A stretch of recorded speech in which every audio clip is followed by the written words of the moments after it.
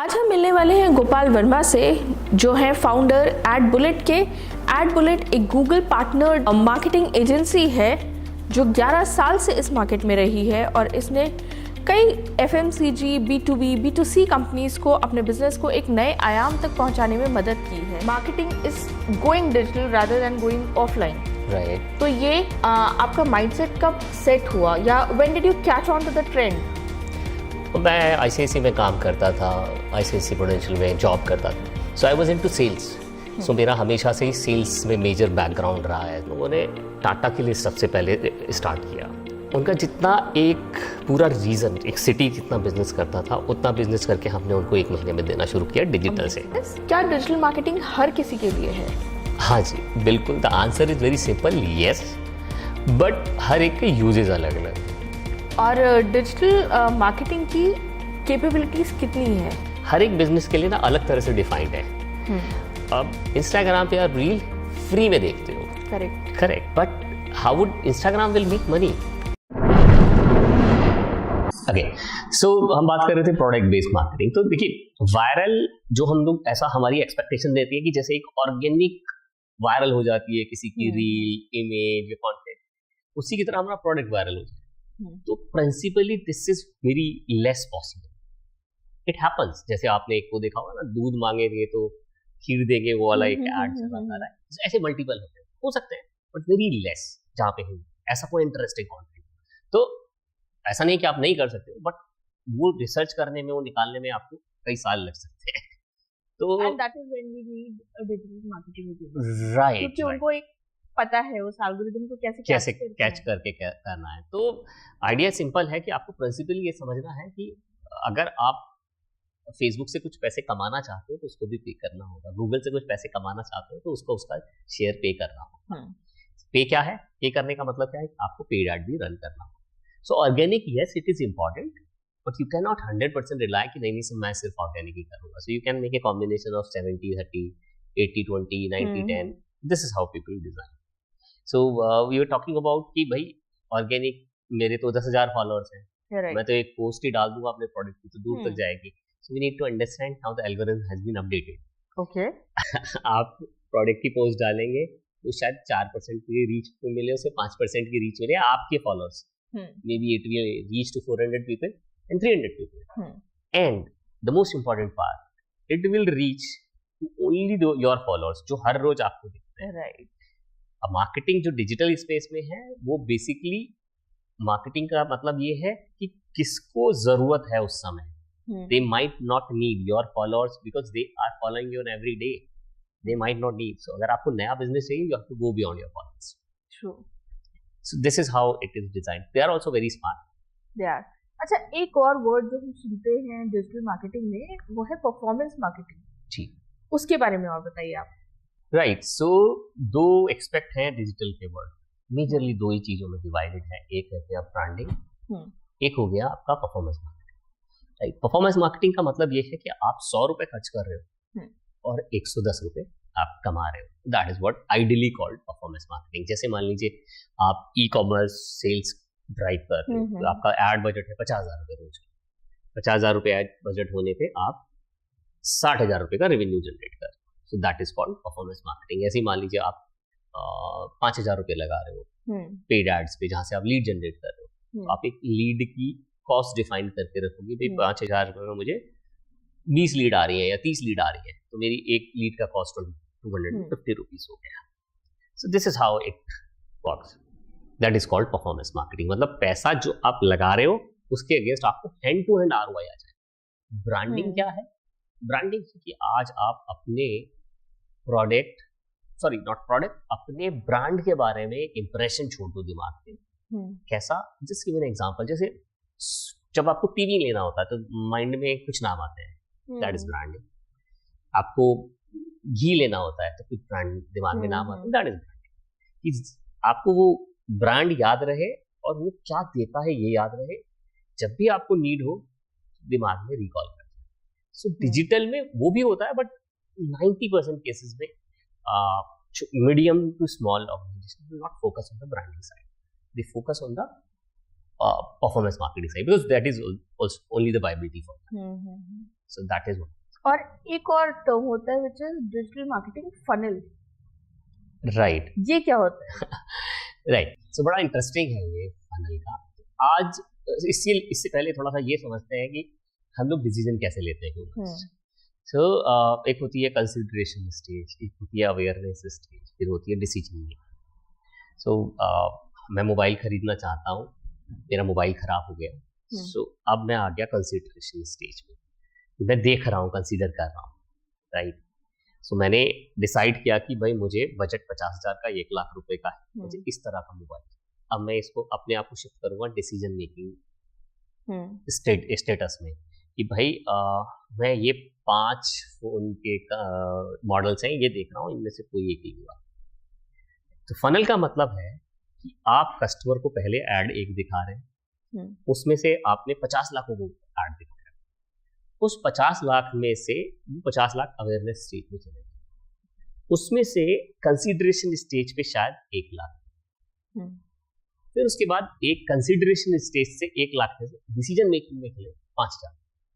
तो मतलब consider stage और डिसीजन मेकिंग स्टेज में आपके 1 लाख चलेंगे। तो यहाँ कंसीडर स्टेज का मतलब है सिस्टम में हम ऐसे डिफाइन करके चलेंगे कि कौन लोग हैं जिन्होंने इतनी देर टाइम स्पेंड किया। Just give an example, there are lot of metrics, कितनी देर टाइम स्पेंड किया, कहाँ कहाँ क्लिक किया, क्या रीड कर रहे थे, कोई वीडियो देखी, कंटेंट देखा, तो the basis of their action will put them into different funnel. Okay, so different funnel मतलब कंसीडरेशन से डिसीजन मेकिंग फनल में डाल दिया। उसके बाद उनको हमने डिसीजन मेकिंग वाली जो अब आ गई ऑडियंस, इसको हम एक आप हार्ड मार्केटिंग करेंगे जो मल्टीपल टाइम दिखाएंगे। तो पहले आपने 1 बार ऐड दिखाया अवेयरनेस के लिए, फिर इनको आपने शायद 2 बार दिखाया या 3 बार दिखाया जहाँ पे कंसीडरेशन स्टेज पे गए, फिर डिसीजन मेकिंग स्टेज पे शायद आपने 5 बार 10 बार ऐड दिखाया। So this is how it is.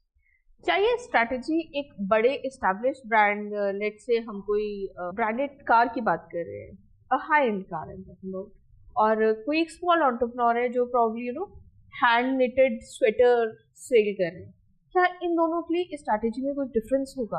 बिल्कुल डिफरेंस होगा। देखिए, कार एक ऐसी चीज है जो कोई ऐड देख के डिसाइड नहीं कर लेता कि हाँ जी मैं ले लेता हूँ, चलो कार का ऐड देखा अच्छी लग रही है ले लेते हैं, 50 लाख की है, 20 लाख की, 30 लाख की। Sweater 500, 1000, 2000, 3000, 4000, right. So we divide our ecosystem pull and push market. Okay, तो पुल में क्या होता है कि पुल में आप ये सब चीजों पे फनल और डिसीजन मेकिंग पे नहीं जाते हैं, वहाँ पे एक ऑलरेडी ऑडियंस डिफाइंड होती है। कैसे ऑडियंस डिफाइंड होती है? तो हमारे यहाँ अब जो हम लोग फोकस करते हैं, which we working on, that is we call that signal based marketing. जो आपका कार वाला ऑडियंस कस्टमर है, हम क्या करेंगे, हम ऑडियंस के सिग्नल रीड करते हैं। सिग्नल का मतलब है कि मान लीजिए आपको गाड़ी खरीदी, तो आप क्या करोगे, गूगल पे जाओगे, सर्च करोगे कार प्राइस, या XYZ क्रेटा का प्राइस या होंडा सिटी का price, this is one second.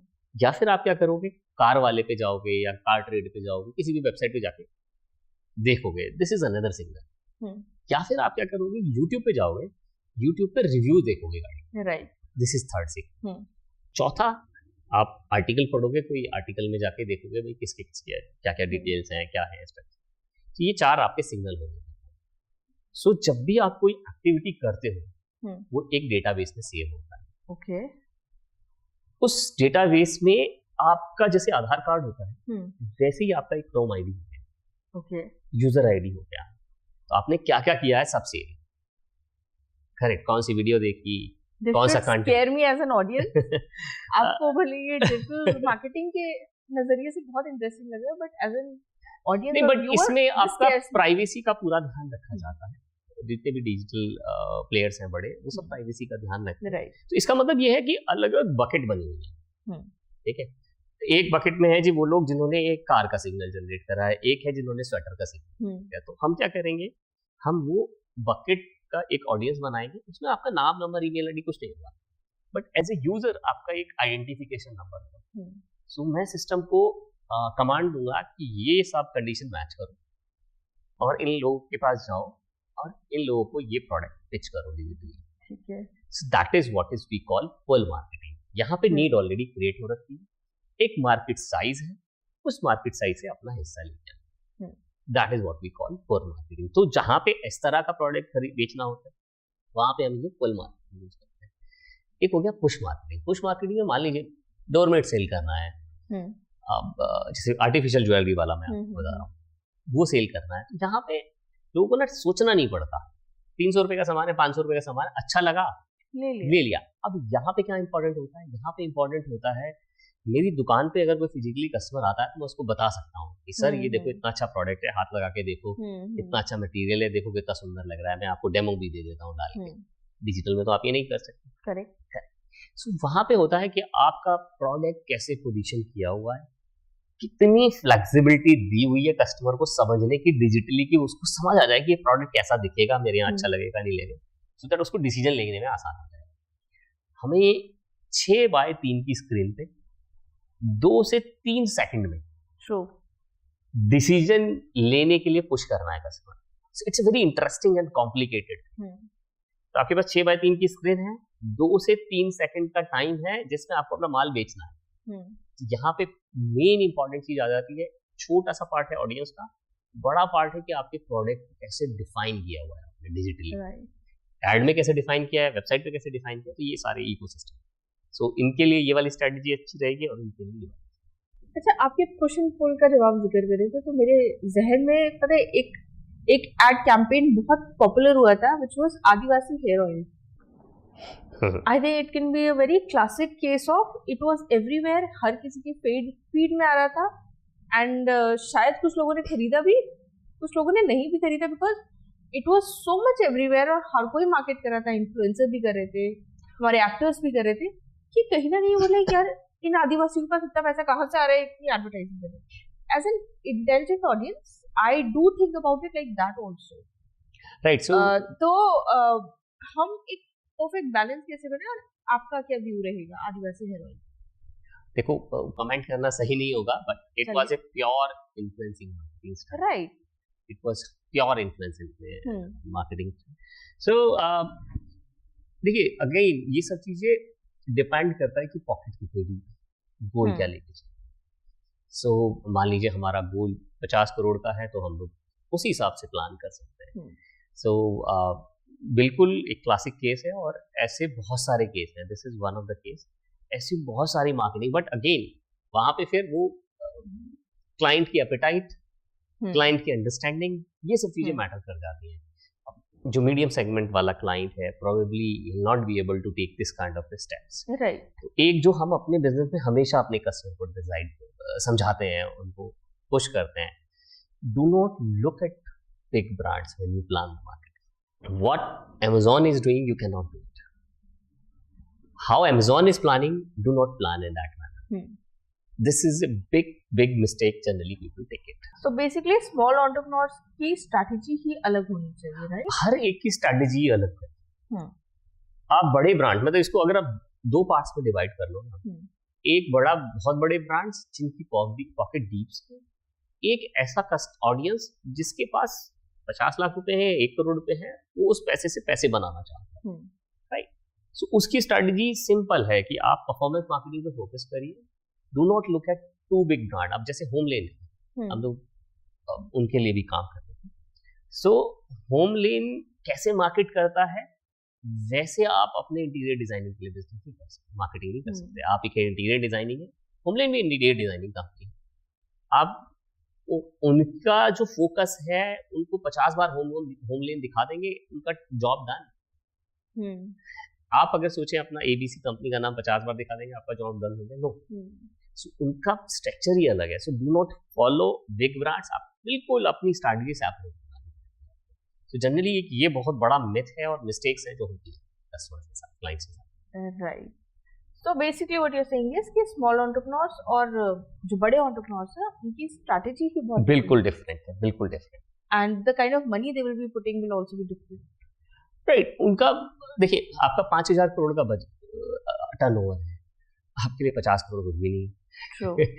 आपका 2 करोड़ का बजट है, टर्नओवर है, आपके लिए 2 लाख रुपए बहुत बड़ी चीज है। So that we need to also consider. वो 50 करोड़ रुपए जो लगाएंगे, वो एक जगह नहीं लगा सकते, वो पूरा एक इकोसिस्टम बना देंगे जिसमें सबके पास वो उनका कंटेंट पहुंच जाएगा, सबके पास उनका ब्रांड पहुंच जाएगा। तो वही वाली बात है, जब उनको प्रोडक्ट खरीदना होगा कस्टमर को, तो वो कंसिडरेशन स्टेज में माइंड में रहेगा कि हाँ जी ये कंपनी ये बनाती है। And I have seen that this guy was saying कि ये बढ़िया, एक इन्फ्लुएंसर लेंगे या फिर कोई अच्छा सेलिब्रिटी लेंगे, उस सेलिब्रिटी से अनाउंस कराएंगे, और तो उसका इम्पैक्ट अलग आएगा, वो एक अलग चीज़। तो मतलब मेरा कहने का मतलब ये जनरली हम लोग ये देखते हैं, जो हमें चैलेंज आता है वो एक सबसे बड़ा चैलेंज ये आता है, बड़े ऑर्गेनाइजेशन जब मार्केट करती है वो ब्रांड मार्केट करती है, छोटी ऑर्गेनाइजेशन को फोकस करना होता है सॉल्यूशन। ओके, आपको सॉल्यूशन मार्केट करने होते हैं, आपको ब्रांड सेकंड होता है। कस्टमर एबीसी कंपनी नहीं जानता, ना ही वो एबीसी खरीदेगा। वो जानता है कि उसको 100 रुपए देने से उसकी ये वाली प्रॉब्लम रिजॉल्व है। हर एक प्रोडक्ट की सॉल्यूशन ही है। ट्रू, हमें सॉल्यूशन सेल। एंड इस सेल में like you said, you know, जिसके पास जितना बजट वो रहेगा। हाँ, जितना budget, right. There is a term called as ROI, return on investment. We call that ROI, return on ad spend. Oh right, ROI, that's ROI, interesting. रोज। So मान लीजिए किसी ने, कोई स्मॉल एंटरप्रेन्योर है, उन्होंने 50,000 रुपीस इन्वेस्ट करे, what kind of expectations should they have कि उनको एक कैंपेन से कितना ROA होना चाहिए? Okay, ROAS जो रोज हम लोग लेके चलते हैं आइडियली इस इंडस्ट्री में 6 to 7 का ROAS अच्छा माना जाता है। ये मैं एक लेमन, मतलब इसका मतलब ये नहीं सभी को ROAS 6-7 आएगा, हो सकता है किसी को ज्यादा भी आए, डिपेंडिंग अपॉन कि क्या product. Right, so 6 to 7 is the good consider ROAS in technical term जो सारे इंडस्ट्री फॉलो करते हैं। अच्छा, आजकल फेसबुक में भी, यूट्यूब पर भी, वी आल्सो सी दैट कि आपके पास एक बूस्ट का बटन होता है, आपके पास यूट्यूब पर भी ऑटोमेटेड एड्स का पॉसिबिलिटी होता है। तो how is that different from what you are doing? और क्या एक स्मॉल एंटरप्रेन्योर को उस ऑटोमेशन का फायदा उठाना चाहिए या उनको उससे दूर रहना चाहिए? देखिए, मैं ये तो नहीं कह सकता दूर रहना चाहिए, बट मैं इतना जरूर उन्हें समझाऊंगा, देखिए कोई भी चीज जो अनप्लान्ड है वो आपको बहुत अच्छा रिजल्ट देगी नहीं। ओके, सो इमेजिन करिए आप एक शॉप, आपका बिजनेस है छोटा सा, उसमें एक अकाउंटेंट भी है, एक सेल्स वाला भी है, और ऐसे ही एक XYZ टेक्निकल स्किल वाला। तो जब आप बिजनेस स्टार्ट करते हो तो आप सेल्स वाला भी रख लेते हो, पियोन भी रख लेते हो, अकाउंटेंट भी रख लेते हो। तो डिजिटल मार्केटिंग आप सोचते हो खुद ही करेंगे, करेक्ट? सो आप, because it looks to be very interesting. Also मजबूरी भी होती है, you might not have so much money to hire an agent. So true, that is also a reason, but you need to understand, आप 50,000 या 10,000 रुपये अगर महीने का खर्च कर भी रहे हो, so I would say कि आप उसको बचाओ। अगर आपके पास पैसे नहीं है, so उस 10,000 को बचाओ। The moment you feel that you have this much of money, कि इतना पैसा है आपके पास, उसके बाद आपको मार्केट में जाना चाहिए। Okay. राइट, तो ये एक जनरली बूस्ट करना ठीक है, मतलब आपको अपने अंदर थोड़ा सा सेटिस्फेक्शन मिल जाएगा, हाँ आपने आज डन कर लिया, but probably that is not meant to bring the ROI things. सिर्फ ये है कि हाँ आप बहुत सारे लोगों को रीच पहुंचा सकते हो, दिखा सकते हो, that's it, not more than that. So basically digital marketing में हम AI से बहुत ज्यादा फायदा नहीं उठा सकते। नहीं उठा सकते हैं, बट अगेन AI, हमें AI समझना पड़ेगा कि AI is again can perform under a supervision. It cannot work standalone. ChatGPT can only perform when somebody is giving a prompt to it. ChatGPT. Correct. It cannot write a self prompt. So AI कैसे use करना है, और marketing में मैंने जैसे अभी आपको बताया 6x3 की स्क्रीन है, 3 से 2 से 3 सेकंड का टाइम है। इस 2 से 3 सेकंड में 6x3 की स्क्रीन पे आपको इम्पैक्ट बनाना है, कैसे बनाएंगे? उसके लिए ये बहुत ज्यादा कुछ आपको हेल्प नहीं कर सकता। उसके लिए आपको ये पता होना चाहिए कि मुझे ये कौन से 3 वर्ड्स दिखाने हैं, उसके लिए रिसर्च लगेगी, उसके लिए दिमाग लगेगा, उसके लिए एक्सपर्टीज लगेगी, उसके लिए स्किल लगेगा। तो वो आपको कहीं ना कहीं किसी ना किसी से हायर करना पड़ेगा। आप एंटरप्रेन्योर हो, बिजनेस कर रहे हो, जैसे आपने 3 लोग हायर कर रहे हैं, आप एक और बंदा हायर करना पड़ेगा आपको, अगर आपको अच्छा रिजल्ट चाहिए। ओके, तो ये इन हाउस हायर करके बेटर फायदा है या एक डिजिटल मार्केटिंग एजेंसी से कोलैबोरेट करके बेटर फायदा है? देखिए, अगर आपको 3-4 साल पुराना बंदा मिल जाए और जिसने आपके उसका प्रूफ ट्रैक रिकॉर्ड होना चाहिए कि उसने 5, 7, 2, 4, 5 करोड़ रुपए का एड बजट हैंडल किया है, रन किया है. How the algorithm will behave, that is what is the way. वो तभी आ सकता है जब आपने एड बजट स्पेंड किया हो. आपने एड बजट स्पेंड नहीं किया, सो आप समुंदर है, वहां पे आप 50 लाख रुपए भी लगाओगे, वो 3 दिन में खत्म हो जाएंगे. And we have seen that. True, बहुत लोगों ने बहुत सारा पैसा खराब किया है एंड दे से हमें तो कोई फायदा नहीं हुआ. Right, true, it is that is true. तो मतलब आपको देखना पड़ेगा कि आपको क्या वो प्रोपोजिशन मिल रहा है. एजेंसी में जो सबसे बड़ा बेनिफिट होता है कि आपको 4 लोग नहीं हायर करने पड़ते, क्योंकि आपका जो मार्केटिंग है वो कॉम्बिनेशन है बहुत सारी चीजों का. उसमें इमेज क्रिएशन वाला भी चाहिए, कंटेंट वाला भी चाहिए, फिर आपका पेड एड वाला भी चाहिए. पेड एड में भी मल्टीपल लोग होते हैं. पेड एड में होता है गूगल एड स्पेशलिस्ट, फिर मेटा हो गया, फिर लिंक्डइन हो गया, कोरा हो गया, तो सबका स्पेशलिस्ट बनना चाहिए. फिर आपको चाहिए एसईओ वाला बनना. तो इतनी बड़ी टीम साइज अगर आप इन हाउस हायर करोगे तो प्रोबेबली राइट. और अगर इतना सब कुछ किसी को आता होगा तो वो 50,000 में नौकरी नहीं करेगा आपके.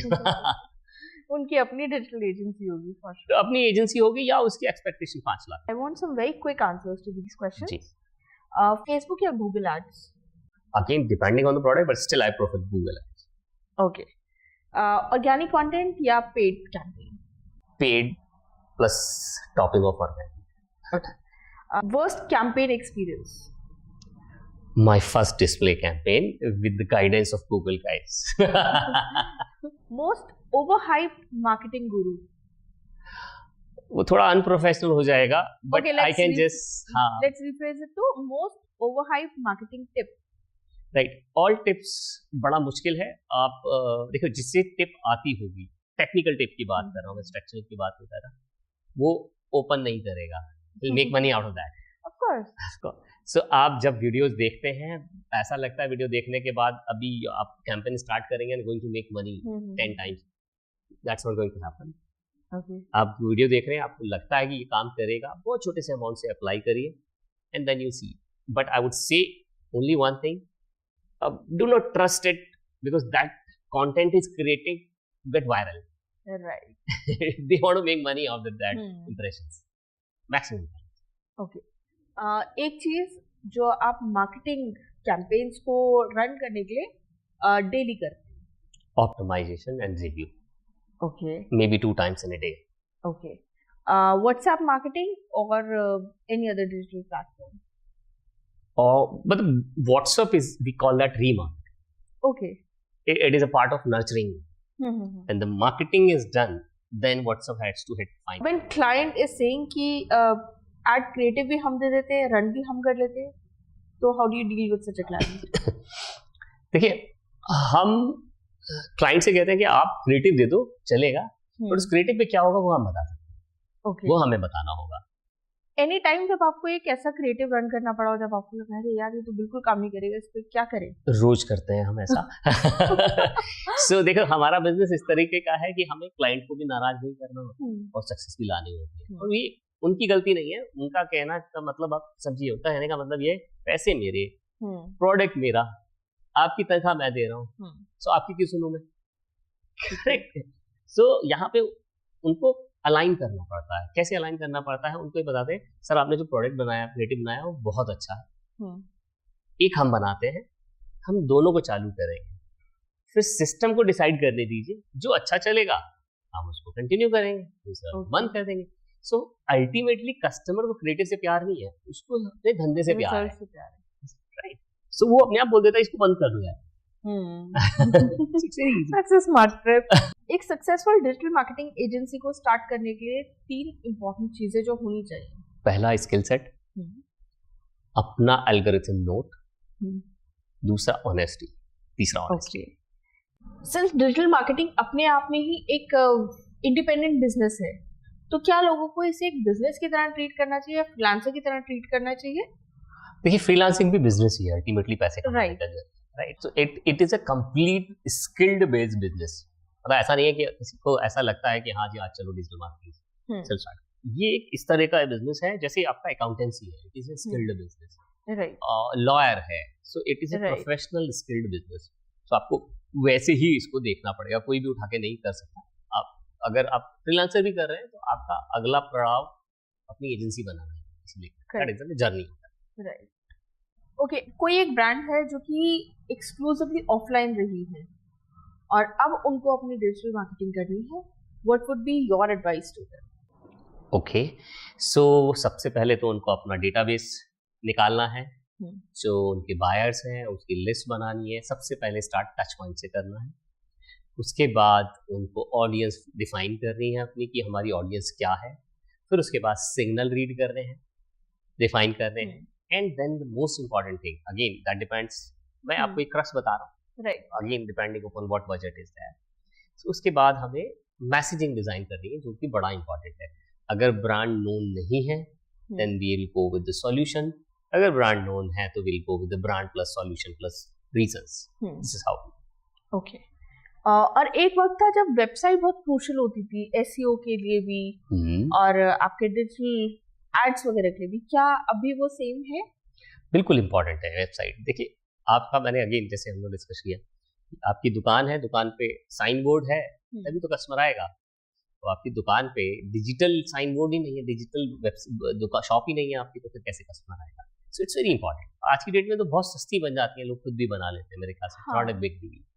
सो वी शुड हैव, तो अब now the trend is, if you just look at new kids, सब अपने डोमेन खरीदते हैं, अपने नाम की वेबसाइट बनाते हैं। करेक्ट। सो अपना पोर्टफोलियो बनाते हैं, सो that is important. Okay, 3 myths you would like to debunk about digital marketing? Right, पहली चीज, डिजिटल मार्केटिंग स्टार्ट किया सेल डबल हो जाएगी, ऐसा नहीं होने वाला। दूसरी चीज, डिजिटल मार्केटिंग बेकार है, काम नहीं करती, दैट इज ऑल्सो रॉन्ग। तीसरी चीज, डिजिटल मार्केटिंग तो बस ऐड बनाना है, ऐड बना दो और फेसबुक, इंस्टाग्राम और गूगल अपने आप कर देंगे, सो दैट इज नॉट गुड। अगर ऐसा होगा तो आप समझिए, आप ब्रांडिंग एजेंसीज होती हैं, जो ऑफलाइन की ब्रांडिंग की बात कर रहा हूँ, क्रिएटिव एजेंसीज होती हैं, why do they exist? Okay, तो आजकल जमाना वो है कि लोग सिर्फ ब्रांड्स को नहीं, ब्रांड के पीछे के फाउंडर्स को भी जानना चाहते हैं। तो क्या पर्सनल ब्रांडिंग हम डिजिटल मार्केटिंग के थ्रू कर सकते हैं? बिल्कुल कर सकते हैं, और करना चाहिए, और करते भी है। बहुत एग्रेसिवली आजकल लोग इस चीज में इन्वॉल्व हो रहे हैं। CEOs, I have lot of CEOs, और मुझे डॉक्टर्स में काफी ये मिला है देखने को, हम लोग उनकी पर्सनल ब्रांडिंग पे काम करते हैं, right.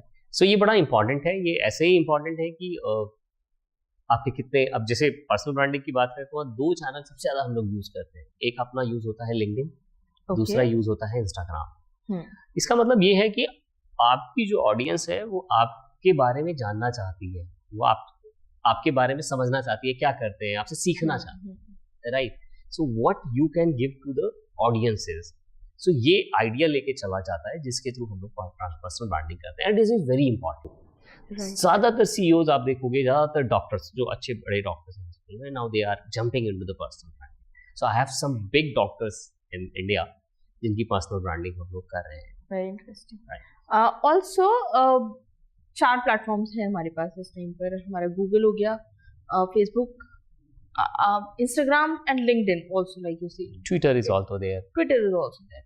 Which platform would be your go-to platform when it comes to a very successful digital marketing campaign? So ये इसका सीधा आंसर बड़ा मुश्किल है, but yes, again it is B2C. The first is Google Ads, okay, then Insta, Facebook, and maybe sometime LinkedIn and Twitter also. And we push for Quora ads and Taboola ads also. Okay. And if it is IT related, we push Reddit also. Okay. And Gartner is also there, one platform for IT projects. इसके अलावा अगर ये B2B है, then the first step is LinkedIn. Okay. Then we may think about Google and Instagram. All right. So we are almost coming towards the end of the episode. आप ये बताइए कि digital marketing इस पूरे ecosystem को आप कहाँ देखते हैं? Where do you think the future leads us to? देखिए, मुझे ऐसा लगता है कि ये will be 10-fold और 20-fold in next 2 to 3 years. अगर आप पीछे का भी स्टेटस उठा के देखेंगे तो it is a multi-fold. क्यों? क्योंकि आपको कुछ भी करना है आज की डेट में। एक अभी जैसे बेंगलोर में हम लोग एक चैलेंज फेस करते हैं। एक हमारी क्लाइंट है, it is a startup, very good startup, जो मोबाइल रिपेयर करते हैं और वो आपके घर से ही पिक करेंगे, घर पे डिलीवर करेंगे, 60 मिनट में करेंगे, और आपको जब मोबाइल रिपेयर हो रहा होगा उसके ऊपर आप लाइव स्ट्रीम देख सकते हो। सो वहाँ पे चैलेंज क्या आता है कि हम जब मार्केटिंग करने जाते हैं तो एक छोटा शॉपकीपर भी मार्केट कर रहा होता है, बड़ी कंपनी है वो भी मार्केट कर रही होती है, तो प्लेटफॉर्म तो 3 है 4 है, और जो कंपटीशन है वो दिन ब दिन बढ़ता जा रहा है। दिस इज वन एक challenge, but at the same time audience is also being increased, मतलब यूजर्स भी बढ़ रहे हैं। आज जो बच्चे शायद 12वीं में या 12th में या ग्रेजुएशन में आए, then when they will reach on our job and business, तो उनको तो हमारे जैसी शायद या हमारे पेरेंट्स जैसी आदत भी नहीं होगी कि वो मैनुअली कुछ करें, तो probably it will be a huge market. And as a passing note before we leave, आप हमारे व्यूअर्स को बताना चाहेंगे कि डिजिटल मार्केटिंग उनको क्यों जरूरी है, क्या क्या फायदा कर सकती है? ओके, सो आप देखिए डिजिटल मार्केटिंग इसलिए ज़रूरी है, आप इमेजिन करिए एक स्वीट शॉप है बिना साइन बोर्ड की, आपके स्ट्रीट शॉप पे एक भी बोर्ड नहीं है, so how would your customer will come to you? So आज के इस टाइम में जैसे आपका फिजिकल शॉप है वैसे ही आपका डिजिटल शॉप भी होना जरूरी है, बिकॉज कस्टमर घर से बाहर निकल रहा है तो भी आप दिखने चाहिए, अपने घर के अंदर बैठा है तो भी आप दिखने चाहिए। मेरे पास बहुत सारे क्लाइंट ऐसे आते हैं जिनका पेरेंटल बिजनेस है, 40 साल 50 साल पुराना बिजनेस है, जिससे हिसाब हमारा बहुत बढ़िया चल रहा था 5 साल पहले तक, कोविड से पहले, और अब वी आर फेसिंग चैलेंज, हमारा बिजनेस का टर्नओवर गिरता जा रहा है, मार्केट बढ़ रही है, हमारा टर्नओवर गिर रहा है। वाई? बिकॉज नए प्लेयर आ रहे हैं और हमारा बिजनेस खा रहे हैं। कैसे आ रहे हैं? उनका कोई बड़ा लंबा चौड़ा ऑफिस नहीं है, बड़ा चौड़ा ट्रैक रिकॉर्ड नहीं है, वो डिजिटल में बड़े स्ट्रांग हैं, they are eating it. So that is what is very important, that is why it is very important.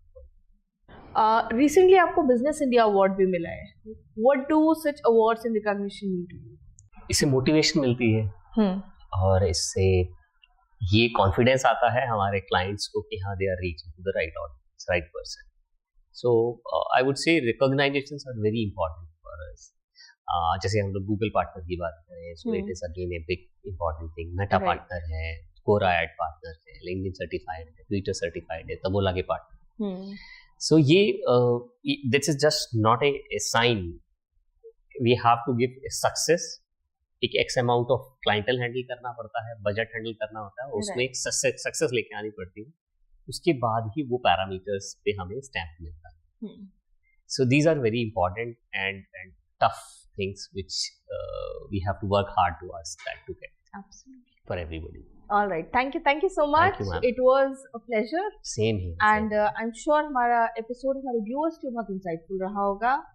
So viewers, that's all from us. अगर आपके पास भी कोई सवाल है इनके लिए तो हमें जरूर बताइए और हम इनसे जवाब पूछने फिर इनसे मिलने आएंगे. Thank you so much. Bye bye. Thank you.